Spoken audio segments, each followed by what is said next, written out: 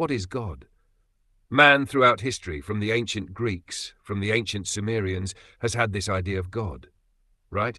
I'm not at all sure whether in the Upanishads they mention God at all, or is it a later invention, you understand? So what is God? We are investigating. I'm not attacking God, I'm not denying God, but we are investigating whether there is such a thing as God. Who invented God? Did God invent us? Did God create us? God who is omnipotent, omniscient, eternal, merciful, just, all goodness. Right? That's your concept of God. And if you say he has created us, then we are part of his image. We are part of him. That is, we are omniscient, generous, loving, right? And eternal. Are we? Or we think we are? You understand my question?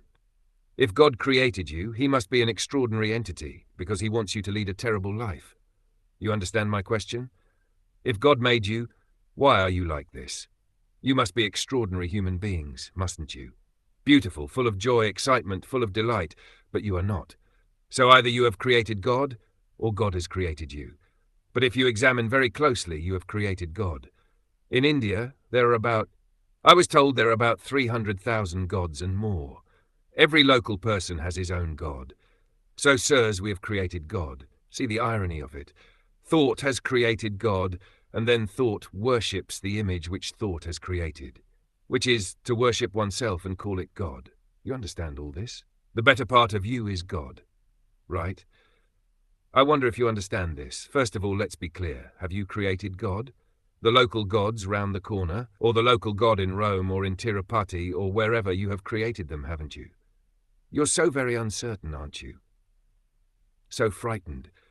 If you say, we have created, then you are scared stiff because you have created out of your fear that.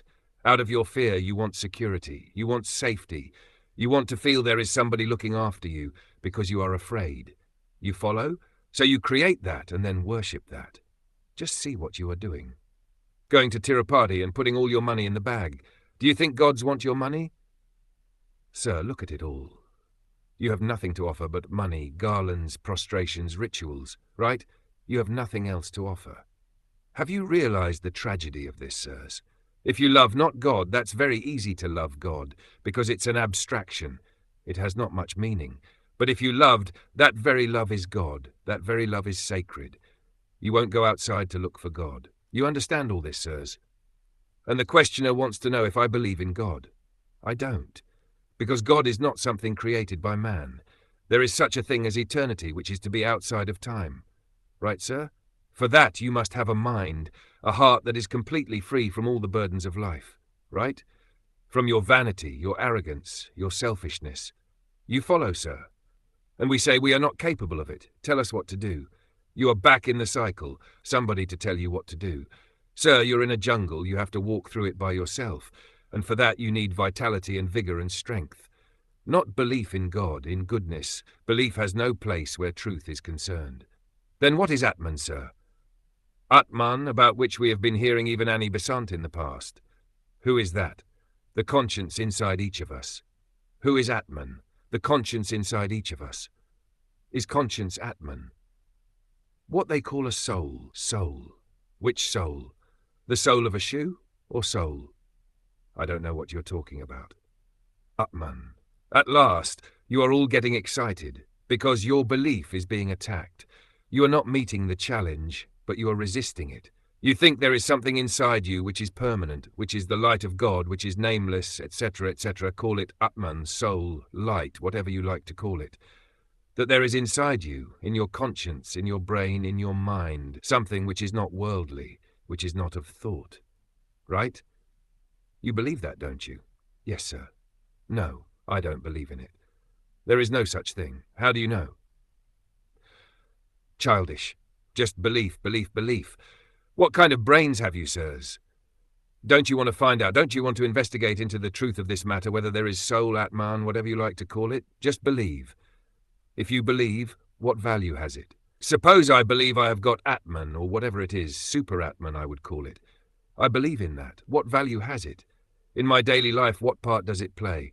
I am miserable, I am confused, I'm lonely, anxious, in agony. What's the point of my having a belief in Atman?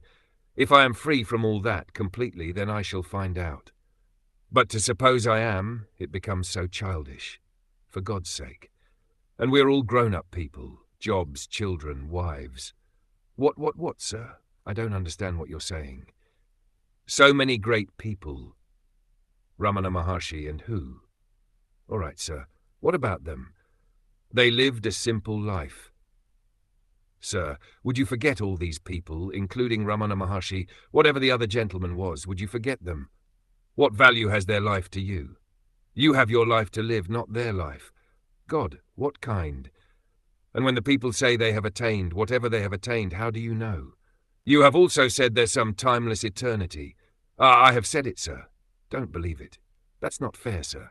It is not fair, I know. It is not quite fair. But, sir, just listen. Sir, truth is something you cannot experience. It cannot be told to you, it's not that. But if you live on words, it is that. You understand? The word is not that. Like the word tree is not the tree. I can describe eternity, blah, blah, but the word is not that. But we are satisfied with the word. Right, sir? You love with your heart, with your mind, with everything that you have. You love somebody, and you tell me of that love, and I accept the words, but I have no... The flower isn't there. The perfume isn't there. You see, sirs, you have leaders. Religious leaders and political leaders. I don't know why you have leaders at all. Ramakrishna, whatever gurus that you've had, one after the other, this country is full of them. And why do you follow? You understand? If once you realized that you are responsible entirely for yourself, that you are in a jungle, literally in a jungle, where you have to make your own way out, there is nobody to lead you, then you forget all this.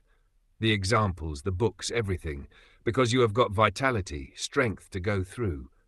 But the moment you depend on leaders, you become weak. If once you realize it in your heart, not just intellectually, then you're a man, a human being, free to walk straight. But we don't want all that. Sir, it's so simple when you think of it all.